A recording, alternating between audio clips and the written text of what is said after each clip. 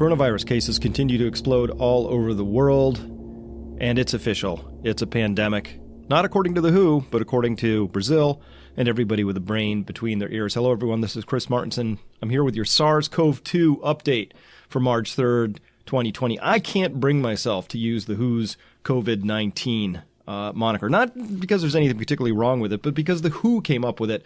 And they are just so far down on my crap list at this point in time. I just can't bring myself to do anything that would maybe put a good light on them at this point. They need change. All right.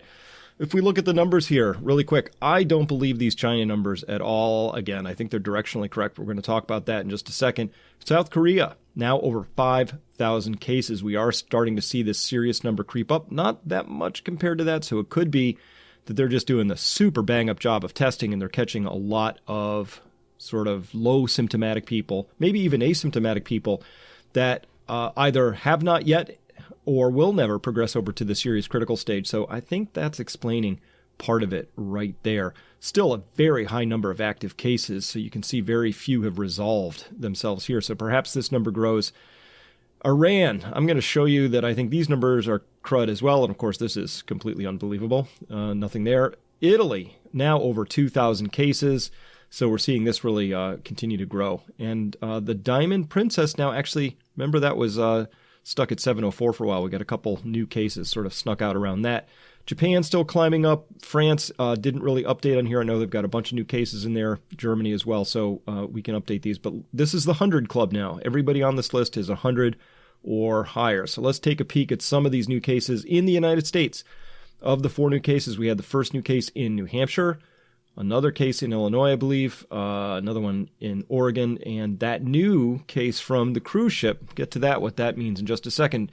Gibraltar, first case. Ukraine, first case. Argentina, first case. Really worried about Argentina in this case because, of course, it's just about to move into their fall and into their winter. So if this moves south of the equator, this bears watching very, very closely. Now, 5 new infections in Belgium. And I just wanted to point out something around this, which was it says here, it concerns 2 Flemish people, 2 residents of Wallonia, and a resident of Brussels who've recently been abroad.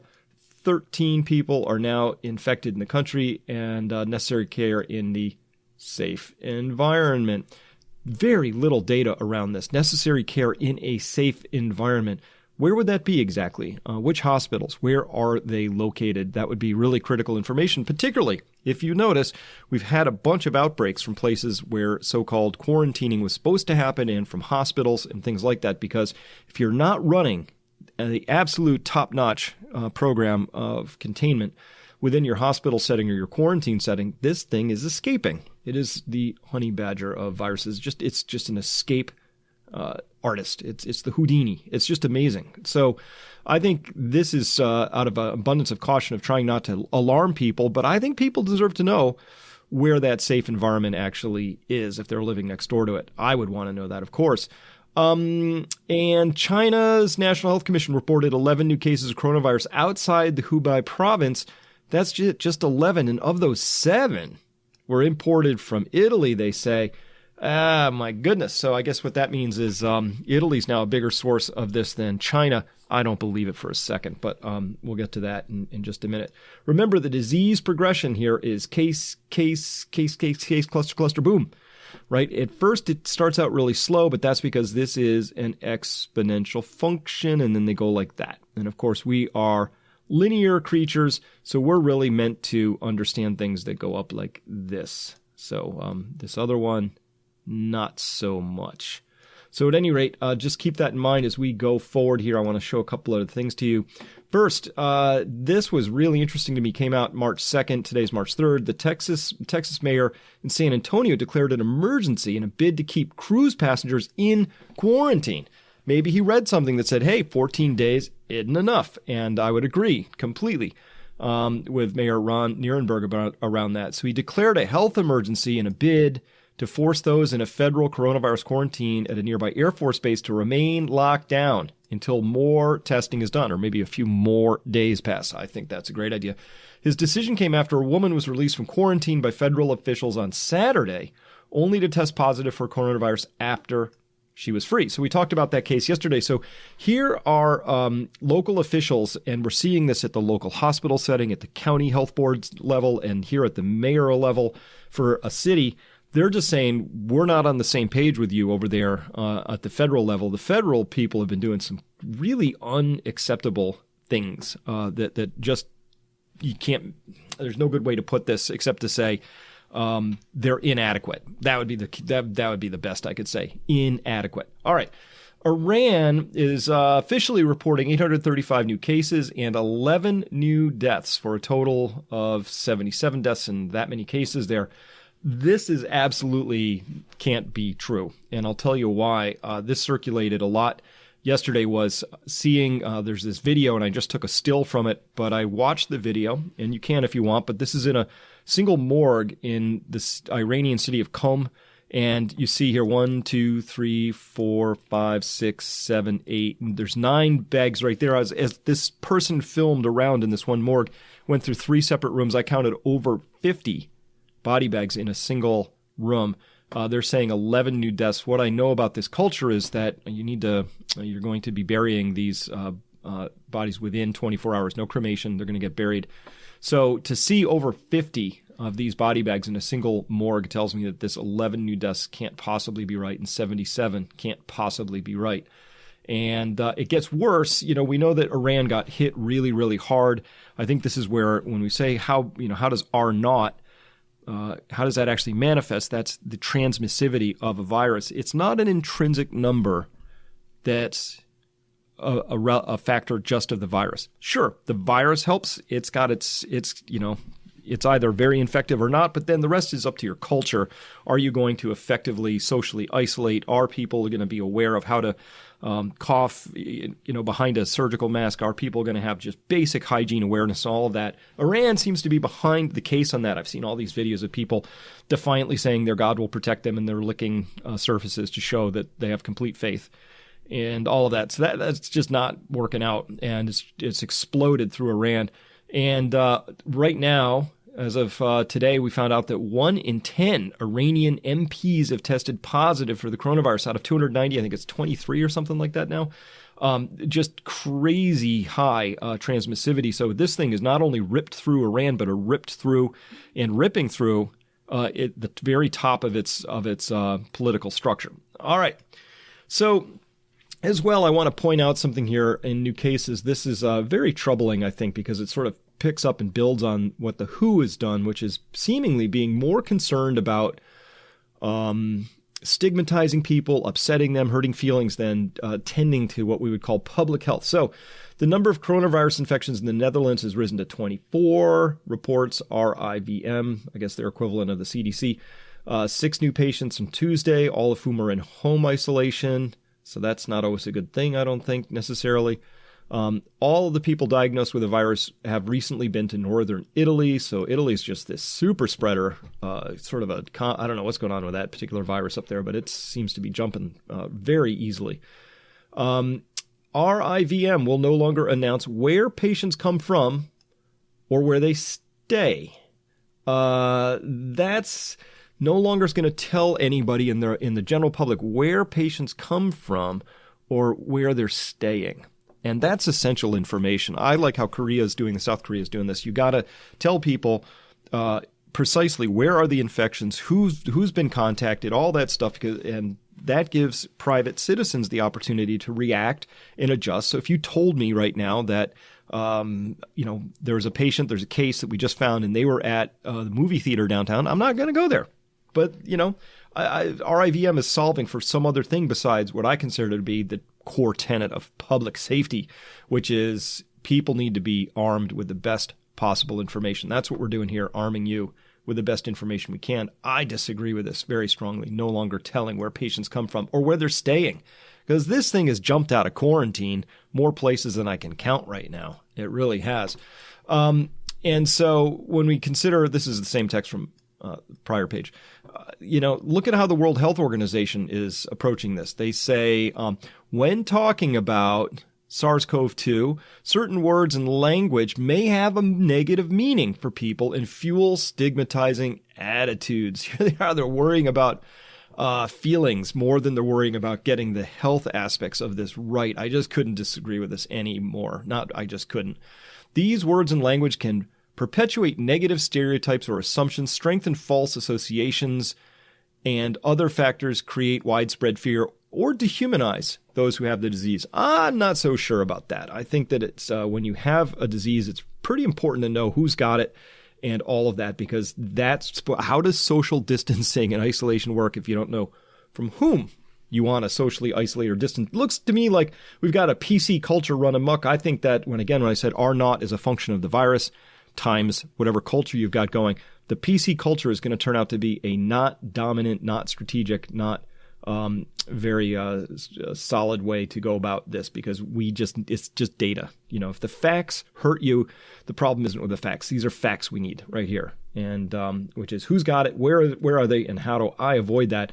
As this person replied in response to this tweet over here, the virus doesn't care about feelings, doesn't care about stigma. All it cares about is a willing host and complacency. I agree, Doug Jones. You got that one right.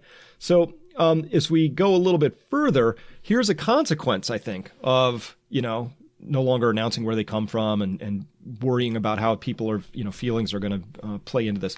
How about this? So this again, in the Netherlands here, Red Cross Hospital announced a temporary admission stop for the intensive care unit on Monday evening. A patient who was admitted there on the 20th of February was later tested positive for the new coronavirus in an initial test. A second test still needs to be performed.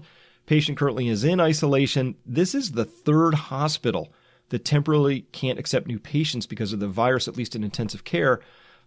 So what's happening here is that an already thinly resourced and stretched hospital system is now finding whole parts of them shut down. This is absolutely not what needs to happen. And of course, this happens best in an environment of secrecy and a lack of transparency. So if you're not going to say where they're coming from or all that other stuff, don't be too surprised when they get admitted to a hospital and then, oops, now we have to shut the whole thing down to decontaminate it. And that's not even remotely what we want to see happening in this particular case. So let me agitate again one more time for transparency. Transparency. We need all the data. Just give it to us. We can manage it, and our feelings won't be hurt. Don't worry about it. All right. Southeast Asia, still a mystery. In Time magazine, they're talking about a silent epidemic, ? Experts fear the coronavirus is spreading undetected in Southeast Asia. Of course, something I've been concerned, and I still have an open question mark about Thailand. But it's kind of weird here in this one region. A steady facade of optimism persists, and that Southeast Asia's foreign ministers have all joined hands with China and declared their intention to stay strong. Yet hastily called meeting in secretive socialist Laos last week suggests not so much resiliency as the need to shore up mutual support. Health experts are widely skeptical of the numbers reported by China's neighbors and believe the deadly infection is spreading undetected throughout much of Southeast Asia. Strangely absent from the list, so when we go up to these big lists up here, strangely absent from this particular list would be places like Myanmar, Laos, which border China, as well as Brunei, East Timor, Indonesia. So you would think that these places would actually have cases, but since they've reported none, as far as I know, then that's the concern here. So I share that concern. All right, moving on. China's numbers, just simply not believable to me, and I'll tell you why. So 2 days in a row, the lowest number of new cases in China. It all sounds very good, right? The number of new coronavirus infections in China appears to be declining. Maybe they are declining, but I'm going to show you I don't think they've gone to zero, and I'll show you the regional data in a second. 125 new cases of corona infection reported in 24 hours, the lowest recorded in 24 hours since the 20th of January. So on the surface, good news, but only if we can trust it. On Sunday, the day before, there was also a record low of just over 200 cases, so falling, 200, 125. The WHO, for its part, came out today and said, on the falling number of cases in China, we questioned those numbers while we were in China. We scrutinized this data, and we believe that this decline is real. Wish I could trust you on that, WHO. I really do, but trust got a little bit broken here in this process so far. Meanwhile, so China just, I guess, locked a few people in their homes and, they got their hands around it. But watching South Korea really struggle with it, seeing here's South Korean President Moon puts all government agencies on 24-hour emergency alert, says country at war with coronavirus, right? They have all these cases, way more than China. China's got way more population, and it's where this thing started. Somehow China got their arms around it and stopped the whole thing, right? And that's really confirmed when, this is the official data coming out of China. These in blue, these are the new cases out of Hubei, and here we see them just falling. New cases elsewhere in mainland China. Look at this. Hit 0 right here around the 18th of February, and it's been at 0, except for one little blip right there, a couple cases, but it's basically been at 0 for closing in on 2 weeks now. So if the cases have been nearly 0 for 2 whole weeks in China, you'd think that they would, outside of Hubei, that they'd be getting back to business, right? But when we look at the average road congestion across 100 cities in China, by the way, these are great charts from Capital Economics. Forgot to point it out. There's the capitaleconomics.com, and there's the rest of the URL that gets you to all of the next charts I'm about to show you. Good stuff. Really enjoying these. Average road congestion across 100 cities in China. Here we have 2017, 18, 19, and then 2020 here is this line right here. Yes, it's ticked up of late. I see that uptick, but this is running at about half the road congestion compared to all those prior years. There's always a big dip right around the Chinese New Year, but then this never really got back there. So this is roughly half the road congestion. So when you say there's half the road congestion, you're saying basically there's half the economic activity, roughly speaking, in an area. And when we look at passenger traffic, this is down a stunning 75% still compared to where it is. So on the right-hand scale over here, right-hand scale, we see the percent year over year. So what's the percent year over year? This is 0, minus 20, minus 40, minus 60. Let's call this minus 70 right in between those two. So it's a little bit, that's a nice job drawing a flat line there, Chris. About minus 75% or so. And looking at the daily trips, they just fell off of this cliff and really basically never recovered. So what we're seeing here is this passenger traffic is way, way down. I just read a report that they're offering quote-unquote cabbage prices on the airfare just to get anybody flying again. That would be like $13 to fly pretty much, somewhere in China to somewhere else in China because the traffic is just cratered. So again, I'm just wondering if we're really sitting here at a place where there's just no new cases. Why is it that we have basically no road congestion, no air traffic and other, rail traffic and things like that? And as well, when we look at coal consumption, so the power plants are going to be burning more and more and more when your industrial processes and fabrications come back online. So there's a base amount of coal consumption that happens just because people live at home and they have lights on. But the rest of this is the industrial part dying off during the Chinese New Year and then coming back online. So this was last year right here. This is about a 45% decline still in power production and consumption. So this means factories have not started up again yet. And again, why not? If there's no cases, why is that the case? And then as well, we can look at here the mean tropospheric nitric oxide density. So you're gonna, when you burn things, you're gonna create these nitric oxides. That's comes out of smokestacks and tailpipes and things like that. And you see here Hong Kong way down here, and this is really the heart of the northern industrial area. And Wuhan was already offline by January 1 to 20th. This is when these averages came out. And on this side, we're looking at February 10th to 25th. Just to put this in perspective, this is South Korea here. You can see Seoul still, making some nitric oxide there. But this is North Korea right here. Look at the amount of nitric oxides being created around there. Whole chunks of China basically have the same output right now industrially as North Korea. It's just not a good sign. So there's just a huge, huge fall off in industrial activity in China. And that tells us, I like actions more than words. The words are, hey, we have no new cases. The actions are quite different from those words, which just says everything's still at a standstill there, despite the happy words that say this infection is gone and moved on. All right, so at this morning early, I was up early this morning pulling stuff like this, and this is now past tense because we're going to talk about what the Fed just did in a second. World finance officials are considering how to cushion economies against coronavirus. So when they say world finance officials, they're really kind of talking about central bankers, and they're just saying, hey, what can we do to bolster economies against the impact of spreading coronavirus? That's what they want to know. But they're not expected to specifically call for new spending or coordinated interest rates cuts. So they're still just at the talking stage here.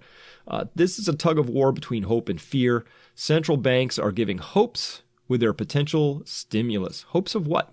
When they do this stimulus, all that's really happened in the last 10 years is they've shoved financial asset prices higher and higher. But for people who are working for wages, for middle-class families, all of this hope is really just for the 1%. It's for the people who have direct large exposure to financial assets. Because when they do this kind of thing, when they give this stimulus, well, corporations use that stimulus to borrow money really cheaply. And then what do they do with that? Well, they buy back their own shares and things like that.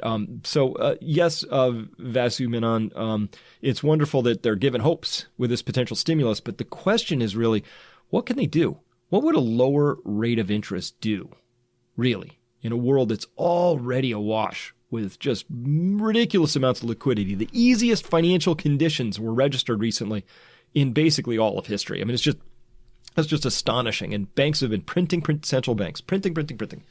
So the question is what will they do? Monetary policy is already very loose and interest rates are already very low. I agree with that, Vasu. I'm with you on that.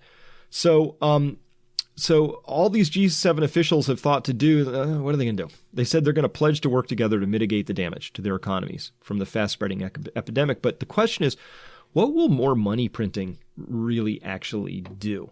So it was kind of expected. Today, the Fed came out with an emergency rate cut of 0.5%. And I wrote about that. I said, great, the Fed's panicking. So sarcastic question, how much lower will rates need to go before you book that trip to Disneyland? Another 0.5%, maybe 0.75%.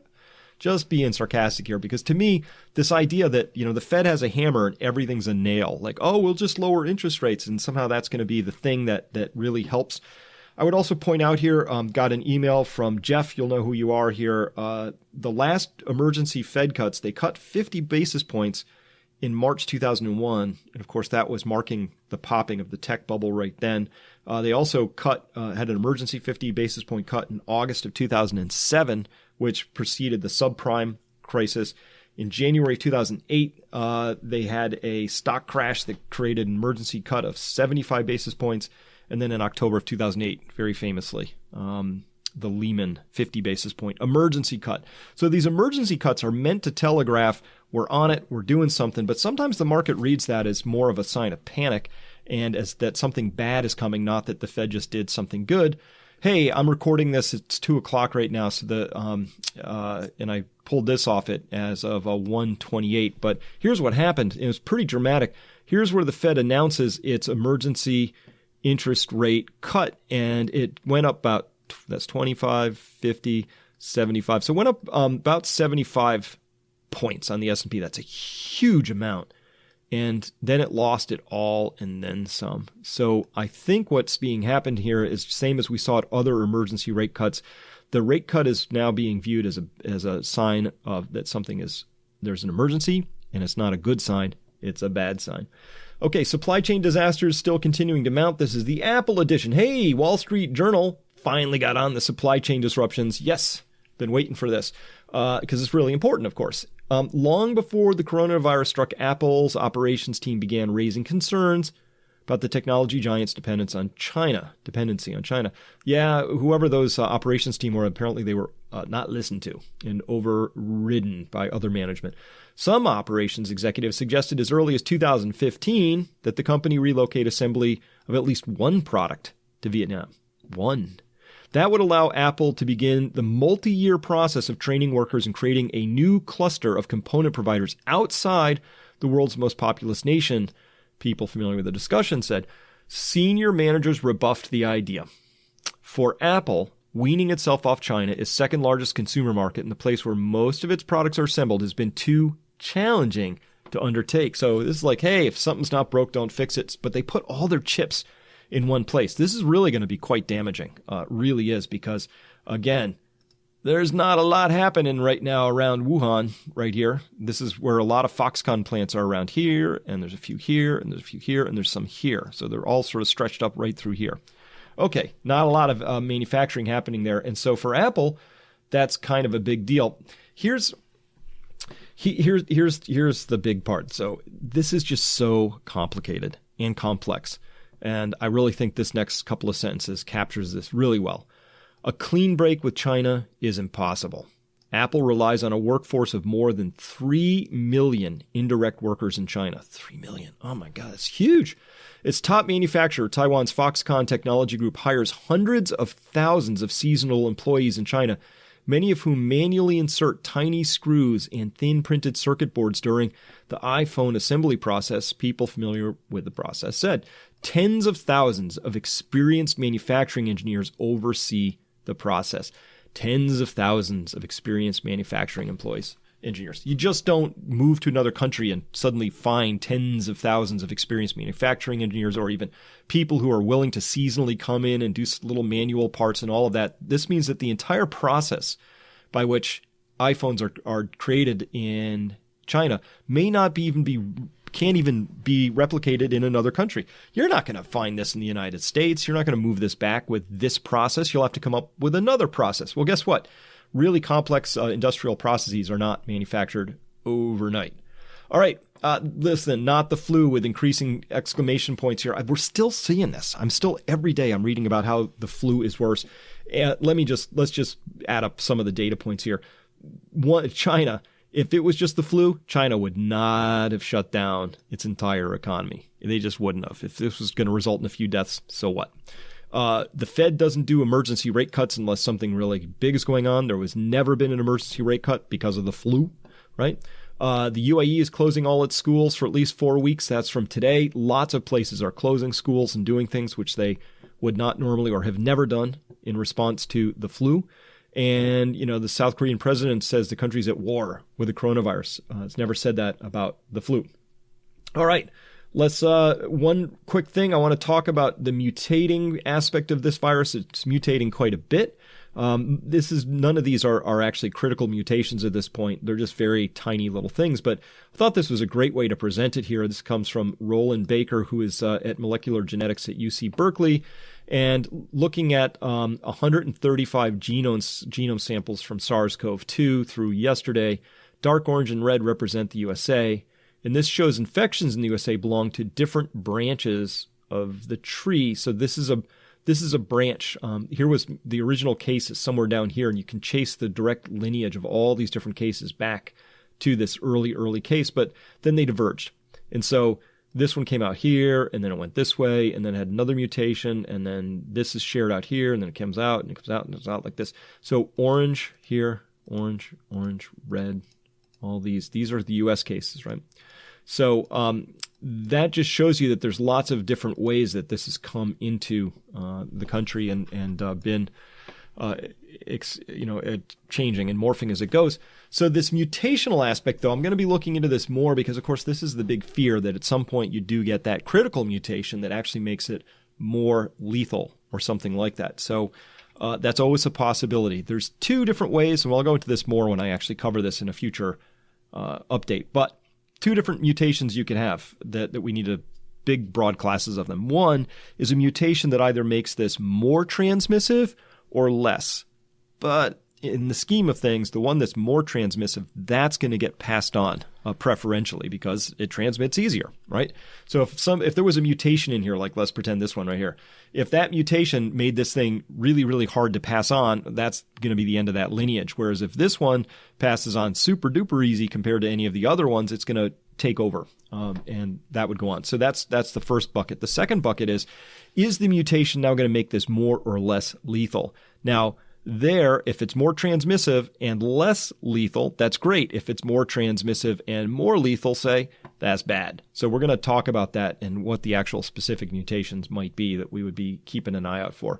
Remember, this is the nCoV, the novel coronavirus, or the SARS-CoV-2 balancing act that every country is struggling with right now. You got to get the RNOPLA 1 if you want to stop the pandemic. But you got to keep your economy going, because if it totally crashes, the outcome from that could be actually worse than the virus itself.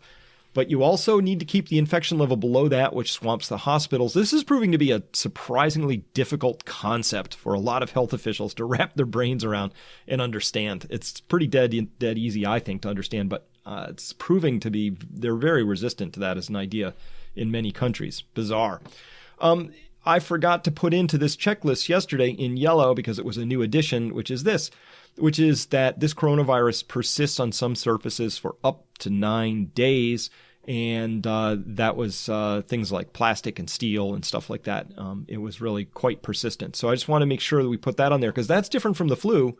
The flu, generally known and generally speaking, only persists for a few hours on external surfaces. This thing is very different, very hardy, and survives. All right. Iran's case and death counts confirmed to be way too low, and we saw that with those really gruesome pictures from inside the morgue. There obviously the death counts are many orders higher than they've been saying, maybe 2 orders of magnitude. We don't know, quite a bit. But the fact that 10 of their MPs have come down with us tells me that Iran is really over the tips of their skis on this one, and so it's very dire what's going to happen there, I think. Countries without active testing programs, they're really just fooling themselves. The United States is in that camp, of course. And which means, my conclusion here is that anything that happens next, after that fooling of oneself, that falls under a self-inflicted wound category. So those are self-inflicted wounds. Hey, we didn't test and, we didn't find out about these things. Oh no, our hospital system's overwhelmed. And now we're seeing a lot more deaths than we should have because we crushed our hospital system, and now even ordinary treatable sorts of cases of pneumonia are succumbing. And as well, we're so swamped that ordinary other uses of our hospitals, which includes the usual heart attacks that happen in car accidents and as well, births and cancer and all that other stuff that happens as a part of daily life. If your hospital system is crushed, all of those get treated poorly relatively as well. So if you don't test, you just fooled yourself, but just for a little while. It's my belief the United States, I think Italy's just a couple of weeks away from where China really broke into people's awareness and they started having huge problems. South Korea as well. United States is just a couple of weeks behind those 2 cases. So case, cluster, boom. And oh no, who could have seen this coming? Well, all of us listening to this, of course. China's case numbers, they do not match their actions. So I always trust actions, not words, or in this case, the case reports. I think those are bogus still. It doesn't make any sense to me at all that China would be having basically 0 cases outside of Hubei and yet still be, not traveling and not manufacturing and not doing all kinds of things. That's just out of China's character. That doesn't make any sense at all. The WHO, mind-bogglingly bad at their role, just terrible. I could have picked on them all day long, and what's the point? But I just wanted to, surface that a lot of people are still think the WHO has some relevance in getting data from them. I think they need to have mutiny and get some people in there, because I know there's good people working at the WHO. I've met some, and they are there, but the leadership is mind-bogglingly bad at their role. So let me put it that way, please. The economic consequence of all this are just starting to penetrate equity markets that grew far too complacent, seem to have forgotten how to price risk. That means, the prices are just pretty high, and oh no, nothing bad will ever happen. And if anything bad happens, the Fed's got our back and they'll print us out of this. But the Fed can't print a supply chain, and the Fed can drop interest rates, but they're not going to make consumers change their behaviors and go back on holiday and break out their wallets for big purchases if they're worried, as they should be, rightly, about saving money, because who knows if they're even going to have a job in a week or two. And in the United States, also under self-inflicted wounds, has to fall the idea that in Taiwan, to contrast it, in Taiwan, they will pay for you to go and get tested if you think you need to be tested. And they make it financially easy for people to come down and get tested because they want the data. They want to know who's got this in the United States. No such thing is going to happen around that. Nothing's been suggested around that except I think in New York State, Governor Cuomo has talked about paying for tests, but generally speaking, the United States, it's not going to happen. So in the United States, why are consumers buckling down and suddenly saying, I'm going to defer and delay all sorts of purchases and economic activity? Because I don't know what's going to happen to me, my job, and all of that. So this is normal, right? And so, at any rate, huge risk hasn't been priced into the equity markets yet. And supply chain disruptions just now starting to really ripple through. Obviously, everybody knows about hand sanitizer, toilet paper, and face masks. Those have all experienced local and even national supply chain issues. But the big hits are coming, and those are to electronics and chemicals, and especially those chemicals related to pharmaceuticals in their precursors, which are shipped to India mainly. That's really worrisome. And again, this is most of the antibiotics, nearly all, except for maybe 3%, and most of the drugs out there that are, say, that people rely on that come from India. So that'd be a lot of your generics and a lot of branded drugs as well come from India. But they get their precursors, by and large, from China. They're going to need to see China resuming their production very, very soon. But we're not seeing it. Those precursors are just, that would be creating a lot of this nitric oxide. All right. With that, I just want to remind everyone to remember to resubscribe if it's necessary, because people still are reporting getting unsubscribed. So I just want everybody to be aware of that. All right. As I lose my voice here at the end of the day, that's all I've got for today. Thank you for listening, and we'll be back with you tomorrow. Hi, folks. Adam Taggart here. Chris Martenson and I are the co-founders of Peak Prosperity. If you want to get alerted whenever we release a new video from Chris, just click the red subscribe button right beneath the YouTube video player. Once you've done that, a little bell icon will appear right next to it. Click on that bell. It looks like this. And that's it. The next time we publish a video from Chris, you'll immediately receive a notification from YouTube. Thanks for watching our videos.